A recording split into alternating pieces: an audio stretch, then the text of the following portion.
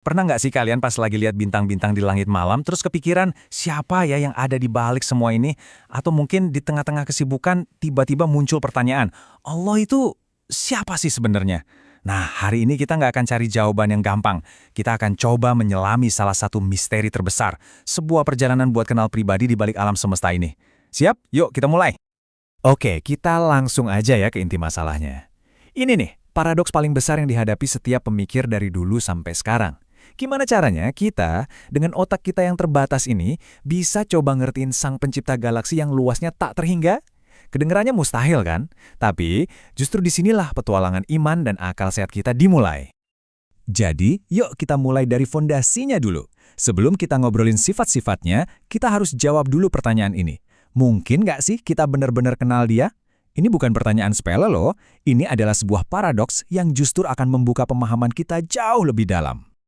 Nah, coba lihat ini. Ini dia inti paradoksnya. Kayak dua sisi dari satu koin yang sama. Di satu sisi, kita harus rendah hati. Allah itu jauh lebih besar dari kotak pemahaman kita. Mencoba memahami dia sepenuhnya itu ibarat mau nampung samudra pakai cangkir teh. Nggak akan muat kan? Tapi, lihat sisi satunya. Kabar super baiknya adalah, dia itu nggak main petak umpet. Dia mau dikenal. Dia yang lebih dulu nyamperin kita. Dan kutipan dari Yohanes ini, wah cakep banget buat menegaskan poin tadi. Ini tuh bukan soal ujian teologi di mana kita harus hafal fakta-fakta tentang Tuhan. Bukan, ini tentang mengenal Bapa. Kata mengenal di sini bukan kayak kita kenal rumus fisika, tapi lebih kayak kita kenal sahabat kita sendiri. Ini soal hubungan yang hangat, personal, dan bisa mengubah hidup. Oke, setelah kita tahu bahwa kita bisa mengenalnya, pertanyaan berikutnya adalah, dia itu seperti apa sih? Mari kita mulai dengan hal-hal yang membuatnya benar-benar unik, sifat-sifat yang cuma milik dia seorang. Di dunia teologi, ada istilah keren buat ini, sifat incommunicable. Jangan pusing dulu sama katanya. Sederhananya gini, ini tuh kayak DNA ilahi, kualitas-kualitas yang menjadikan Allah itu Allah yang nggak bisa dia bagikan atau oper ke ciptaan manapun, termasuk kita. Contohnya apa aja? Pertama, kekekalan. Coba bayangin deh, dia nggak punya tanggal lahir dan nggak akan pernah berakhir. Dia udah ada bahkan sebelum waktu itu ada. Kedua, kemahadiran. Artinya, dia ada di sini bareng kita sekarang dan di saat yang sama, dia juga ada di ujung galaksi sana. Dan yang ketiga, ketidakberubahan. Ini pilar yang penting banget. Karakter dan janjinya itu sekokoh batu karang. Nggak akan goyah oleh zaman. Luar biasa kan? Nah, ini pertanyaan yang bagus banget nih. Kalau gitu, apa Allah itu seperti robot tanpa perasaan ya? Sosok yang dingin dan jauh gitu? Jelas tidak. Justru Alkitab melukiskan Allah yang penuh gairah. Dia bisa bersuka cita, dia bisa berduka, dan dia mengasihi dengan luar biasa. Ketidakberubahan itu bukan berarti dia nggak punya perasaan. Itu artinya karakternya yang nggak berubah. Kasihnya hari ini sama kuatnya dengan kasihnya ribuan tahun lalu. Janjinya nggak akan pernah pudar. Nah, itu jaminan kita. Oke, kita udah lihat apa yang bikin Allah itu unik. Sekarang kita masuk ke bagian yang paling seru buat kita, yaitu sifat-sifat yang dengan murah hati ia bagikan, kayak seorang seniman yang ngasih kuasnya ke murid-muridnya buat ikut melukis. Istilahnya adalah atribut communicable. Ini adalah aspek-aspek karakter Allah yang bukan cuma buat kita kagumi dari jauh, tapi juga buat kita tiru.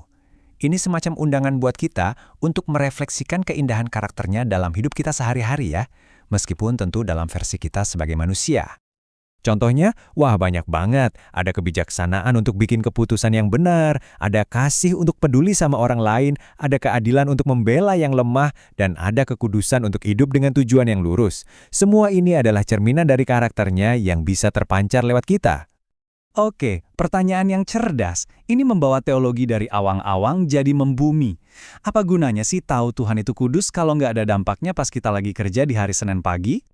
Dan Alkitab menjawabnya dengan sangat to the point. Kekudusan Allah itu bukan konsep abstrak di langit. Itu adalah standar sekaligus sumber kekuatan buat kita. Perintah kuduslah kamu sebab aku kudus itu panggilan buat kita untuk hidup beda. Ini mengubah cara kita berbisnis, cara kita berhubungan, cara kita pakai waktu kita.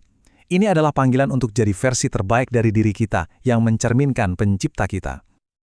Oke, sekarang tarik napas yang dalam dulu. Kita akan masuk ke wilayah yang paling dalam, mungkin paling bikin pusing, tapi juga paling indah dalam iman Kristen, misteri Tritunggal. 3 pribadi, 1 Allah. Kedengarannya simpel ya pas diucapin, tapi coba deh direnungin sebentar. Gimana ceritanya matematika ilahi ini bisa bekerja? 1+1+1, kok hasilnya tetap 1? Ini benar-benar menantang logika kita, bukan? Nah, untuk memahaminya, kita harus pegang 3 pilar kebenaran ini secara bersamaan. Nggak boleh ada yang dilepas. Pertama, ada 3 pribadi yang berbeda, Bapa, Anak, dan Roh Kudus. Mereka bukan orang yang sama. Kedua, masing-masing dari mereka itu 100% Allah, bukan sepertiga atau cuma bagian dari Allah. Dan ketiga, ini kuncinya. Alkitab dengan tegas bilang, hanya ada satu Allah. Ini adalah sebuah ketegangan ilahi yang harus kita terima dengan iman. Tentu saja pikiran kita bisa sedikit ngeheng ya, mencoba mencerna konsep ini. Wajar banget kalau kita langsung cari-cari analogi buat ngebantu. Pertanyaan yang sangat wajar. Sepanjang sejarah, orang sudah coba pakai berbagai analogi. Ada yang bilang kayak air, bisa jadi es, cair atau uap, tapi tetap H2O. Ada yang bilang kayak matahari, dia itu bintang, cahaya, dan panas sekaligus. Semua analogi ini bisa sedikit membantu, tapi pada akhirnya semuanya kurang sempurna. Mungkin poin utamanya adalah menerima bahwa Tritunggal itu realitas yang melampaui pemahaman kita. Ini bukan soal matematika yang harus dipecahkan, tapi sebuah misteri ilahi yang indah untuk kita kagumi.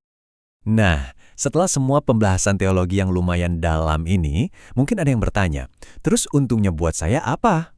Pertanyaan yang bagus banget. Mari kita lihat kenapa semua ini sangat penting dan gimana ini bisa mengubah cara kita hidup setiap hari. Ayat ini adalah fondasi dari makna hidup kita. Ini memberitahu kita bahwa keberadaan kita bukanlah sebuah kebetulan kosmik. Kalian dan saya ada di sini karena sebuah niat, sebuah kehendak sadar dari Sang Pencipta. Itu memberi nilai dan tujuan yang tak ternilai pada setiap tarikan napas kita. Dan yang lebih keren lagi, Allah itu bukan kayak arsitek yang bangun rumah terus pergi gitu aja. Bukan, dia adalah seniman yang terus-menerus terlibat dengan karyanya. Doktrin penyelenggaraan ilahi ini mengajarkan kita bahwa tangannya ada di mana-mana. Dia yang melukis langit pagi, dia yang naruh makanan di paruh burung, dan ya, dia juga yang dengan lembut menuntun alur cerita hidup kita untuk mencapai tujuannya yang indah. Jadi, sebagai penutut, saya mau tinggalkan satu pertanyaan ini untuk kalian. Setelah kita melihat sekilas potret Allah, yang tak terbatas tapi sangat personal, yang kudus tapi penuh kasih, yang esa dalam 3, dan yang tangannya menopang dunia, bagaimana pengetahuan ini mengubah cara kalian memandang hidup kalian, masalah kalian, dan masa depan kalian? Coba biarkan pertanyaan itu meresap. Terima kasih sudah bergabung dalam perjalanan kita kali ini.